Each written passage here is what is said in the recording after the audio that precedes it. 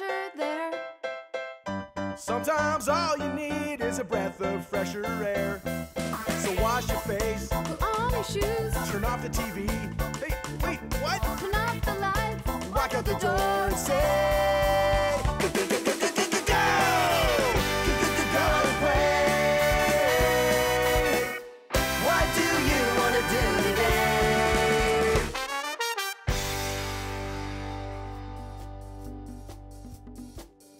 Welcome to another exciting episode of The Locker Room. My name is the hirsute, Matt Carter. Yes, and I am Holly Robinson, and on today's show, Matt and I are going to be getting into the pool. That's right, we're here at Beban Pool in Nanaimo, and we're going to learn about scuba diving, which of course stands for swimming carefully under beach areas. Or self-contained underwater breathing apparatus. And today, we are going to start with the pool, but we actually might go to the ocean if we're lucky. Absolutely, we've got Xander from Sundown Diving here to teach us about exactly what to do. So let's grab our gear, let's grab our suits, and head over to the pool and see how it's done. Okay. Oh, yeah.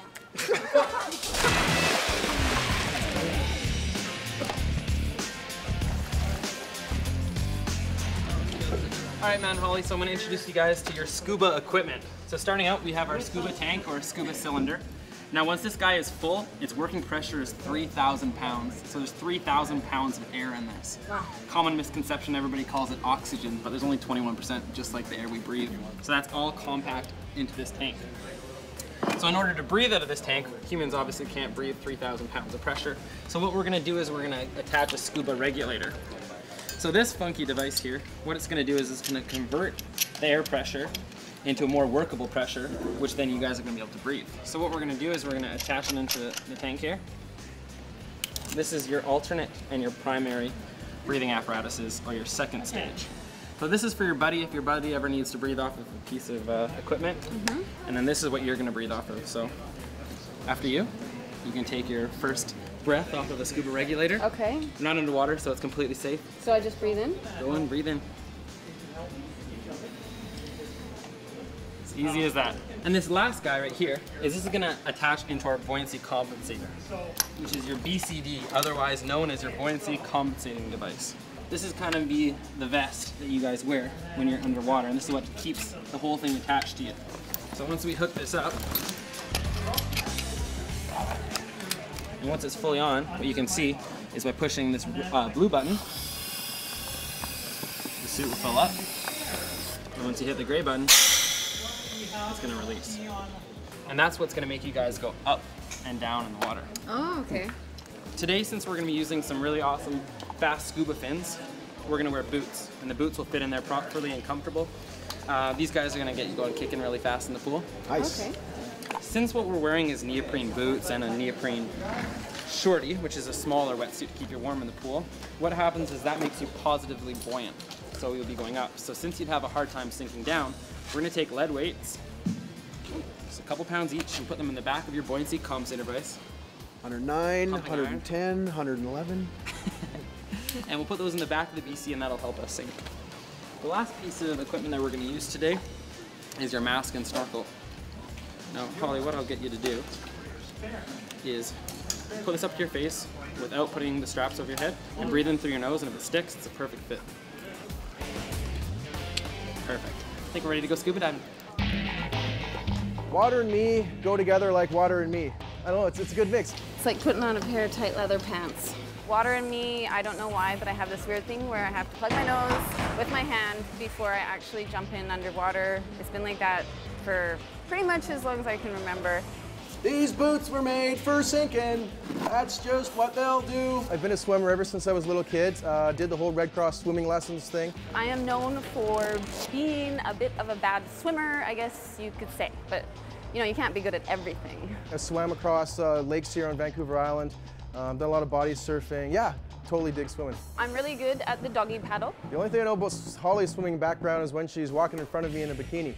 So I think she has a pretty good swimming background. Who, me? Isn't that why people tune into the show? I mean, really.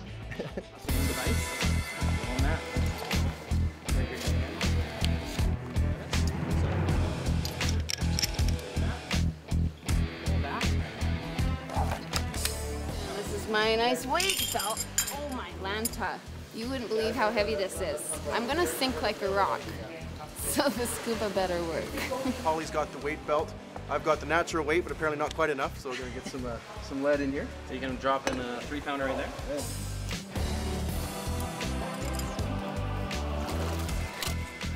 All right, well, it looks like we're learning to put on more gear. Now this technique has been passed down from generation to generation of scuba divers. It's a very complicated procedure, but it's gonna stop your mask from defogging. You guys ready? All right. Spit. And let's rub it in there really good. The fun part. Why do you use spit? Can I ask that? The spit, basically, once put in there and rubbed in and washed out, it acts as a natural defogger. Why? If we didn't do that, then basically it's gonna fog up the whole time. You only have to spit in it once though, Matt.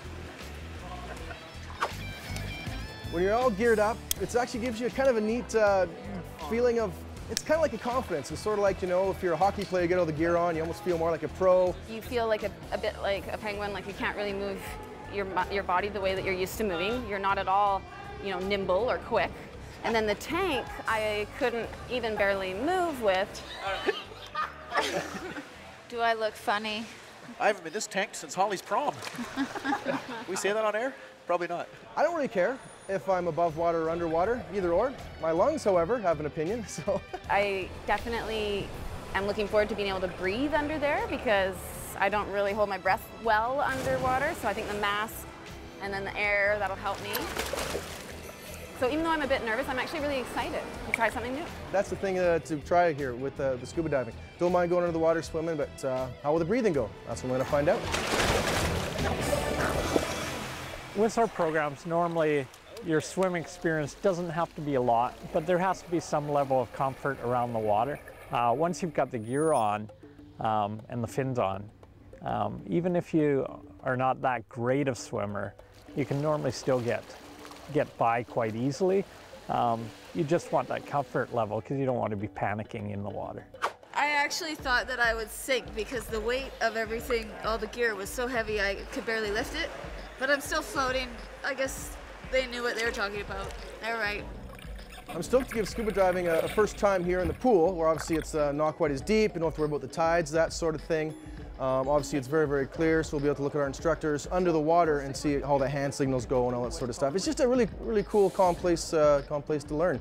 And if you need to, there's a washroom nearby, because I don't think we've got into the urinate in your wetsuit thing yet. When we go down underwater, we have to know hand signals because we can't talk like we can up here, okay? So there's a few basic signals that we're gonna go over. What does that mean? Okay. Okay, so if I go like that to you, if you're okay, you can respond back with an okay. If you're not okay, this means something's wrong, okay? If you want to come up, just point upwards, all right?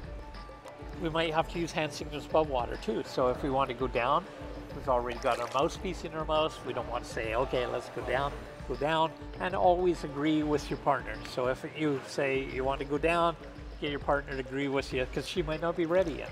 And same thing with going up. You know, if you ask your partner to go up, he might not be ready yet to go up. So just wait and respond back with an okay. So what we're going to do is we're just going to try to go down right here with our regulators in our mouth. Okay. And we're going to deflate our BCs and we're going to try to drop down onto our knees right here. My instinct when I go underwater is to not go deep under.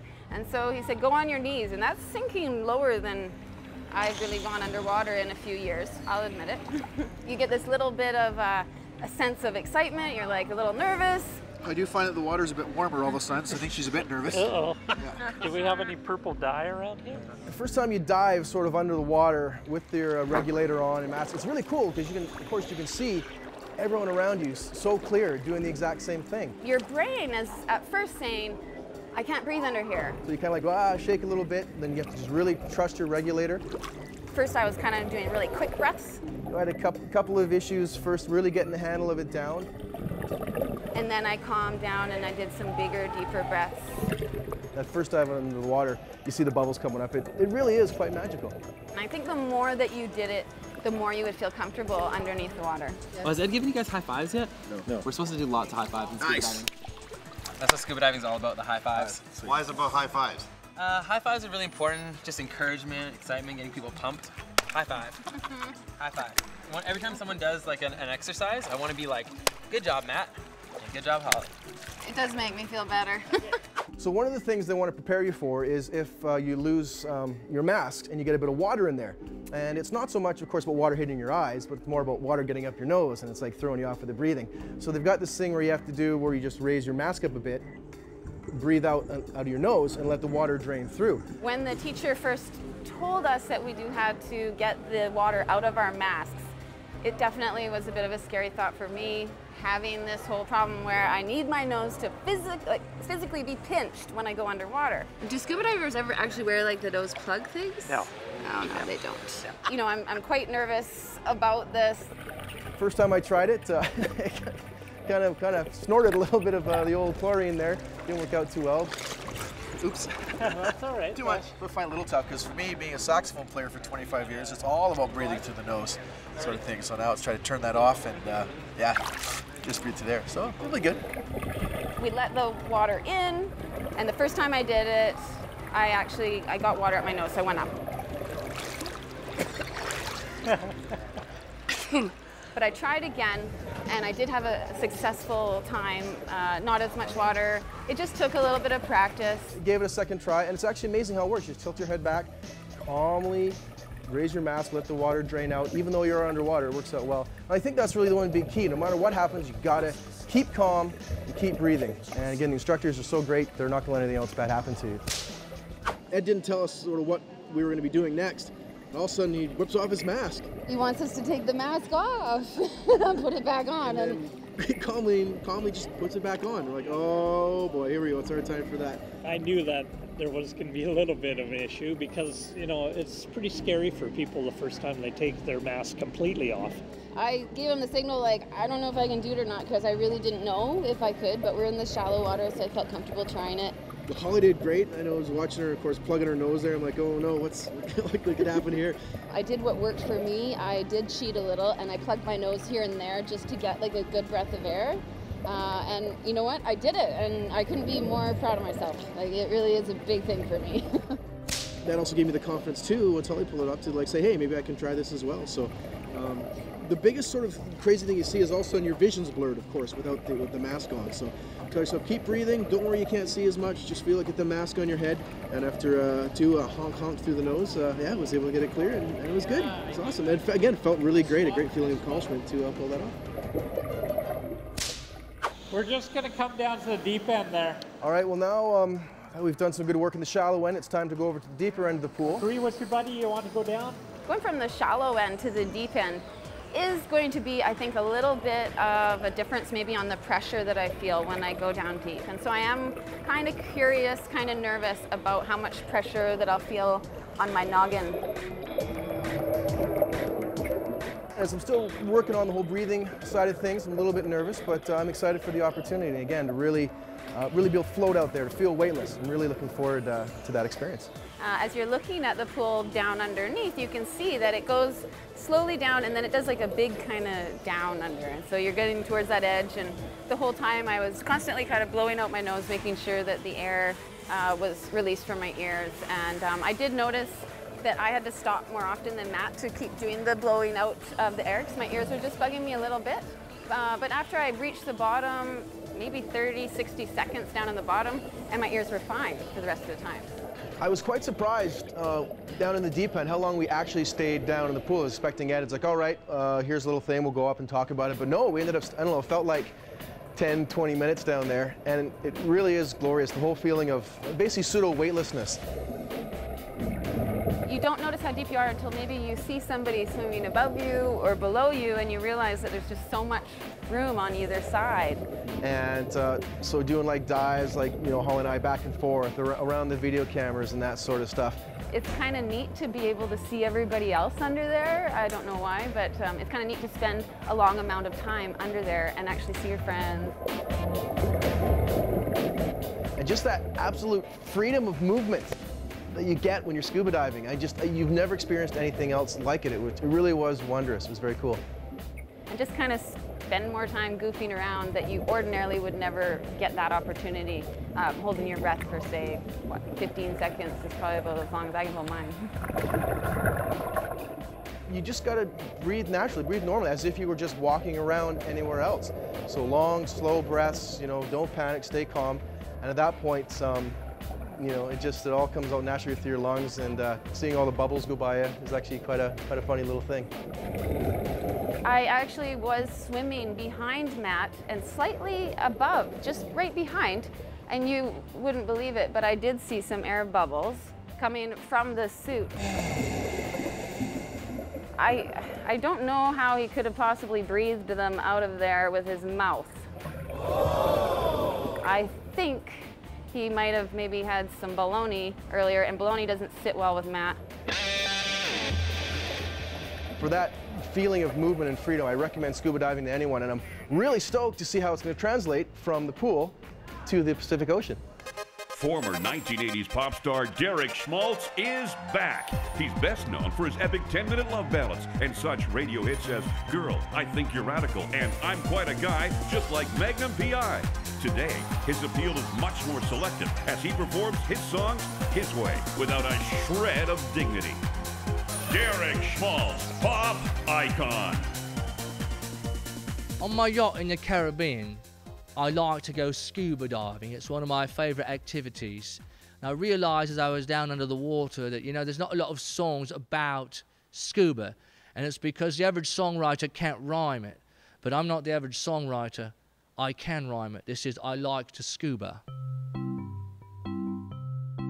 I like to scuba, breathing through a tuba. I swam past a tuna and talked to a beluga. I like to scuba, breathing through a tuba. I'll be home sooner and back aboard my schooner. You may think I'll run out of air. I've got a tank, there's plenty in there. I could do it every day. It's so fun that I've got to say I like to scuba, breathing through a tuba. The water is so blue. Do you want to join me, do ya? I like to scuba, breathing through a tuba, searching for some treasure, perhaps a gold doubloon. I am walking on the seabed with my goggles on over my head. There is nothing that's better for me. I just touched a sea anemone. I like to scuba, breathing through a tuba. I swam past a tuna and talked to a beluga. I like to scuba, breathing through a tuba. I'll be home sooner and back aboard my schooner. I like to scuba.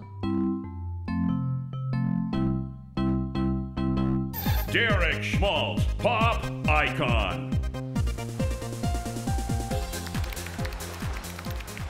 Okay, we are here at Neck Point. We are going to go for a scuba. That's right, we're going to be breathing out of a tuba. And maybe we might see a tuna. Or eat some bananas like a baboona. Yes, or get hit by a harpoona. Or maybe it'll be like the San Jose Sharks and draft Pat Faluna. Hockey trivia for you there. And it might be a little bit cold on the kahuna. Just the one. All right. So anyways, I think it's time now we get suited up and stop the song and yeah, see what it's gonna be like scuba diving in the actual Pacific Ocean. Woo! When we put people from the pool to the ocean, we actually try to make the transition as good as we can. They're putting on a full suit, so they've got a lot more neoprene on. It feels a little bit more claustrophobic. Beauty. They've got more lead on, and they're not doing any other skills that they haven't already learned in the pool other than they're in a new environment. When we first heard that we were going to be scuba diving in the ocean, I was quite nervous, but after having the 2 days in the pool, I'm feeling really confident. I'm really excited. Walking down here with Holly this morning, she asked me if I was full of baloney, and I said, well, of course I tell the truth all the time, and she just snorted and walked off. That's weird. Our first dives are normally really shallow dives, so maximum depth's normally around 25, 30 feet. Still definitely a little nervous about the darkness of underwater, worried it might be like a little scary with all the creatures that are under there. 71% of the Earth is actually underwater, in ocean. So this is really like a whole new world. I've had people tell me we have some of the largest octopus in the whole world, and I'm hoping that they don't live at 40 feet. I'm hoping they're like farther out there. It's a shallow site, sheltered bay, very little current ever comes into the site. So what they're going to find is you're going to see a lot of small stuff. A lot of small stuff in amongst the rocks, lots of little starfish. Well, you know, starfish are at my pace. If a starfish tried to chase me, I think I could outrun it. I'd say probably the main thing I want to experience being serene, under the ocean, in the waves, is the sight of Holly about 20 feet behind me trying to catch up. We got the signal to go down. Okay, we have the regulators in, and we're going down. We go into the water, and what do we see? Absolutely nothing at all. It was so murky when we first dived under. You probably couldn't see farther than like this far in front of your face. It was just like all like brown kind of algae, like just floating everywhere. We were a little bit nervous, I think, for those 4 of us that are going down for the dive for the first time. And so we couldn't see anything, and I was thinking, oh, I can't really see anything. I don't know where everybody is, and like I'd have to stick really close to Ed, the instructor, just because I didn't want to get lost or anything in there. You come out of the murk for the first time, and there's all this like sea kelp like around the ocean floor, beautiful white and basically salt and pepper like sand. I was actually really shocked at how bright it was under there and how clear it was. It was as if you were looking at the bottom of a fish tank with all the sand and the little fish in that, only you were in a big fish tank. But it was actually like that bright. It was like daylight underwater, which I wasn't expecting at all. And it was almost like Ed had like a marine life compass in his head, just knew exactly where to go to show us some really cool stuff. And then all of a sudden he's pointing out fish, and he's pointing out starfish and different things under the water. And it's just like, wow, this is all of a sudden just great discoveries, one after another. You know, it doesn't take long to actually get bored in the pool because there's nothing really to see in the pool. But once you get down there, even just small stuff, you don't have to swim more than a few feet before you actually see marine life down there. It's such a vast world that you can explore, and there's no shortage of things you can see, places to go. It was so much brighter than I was expecting.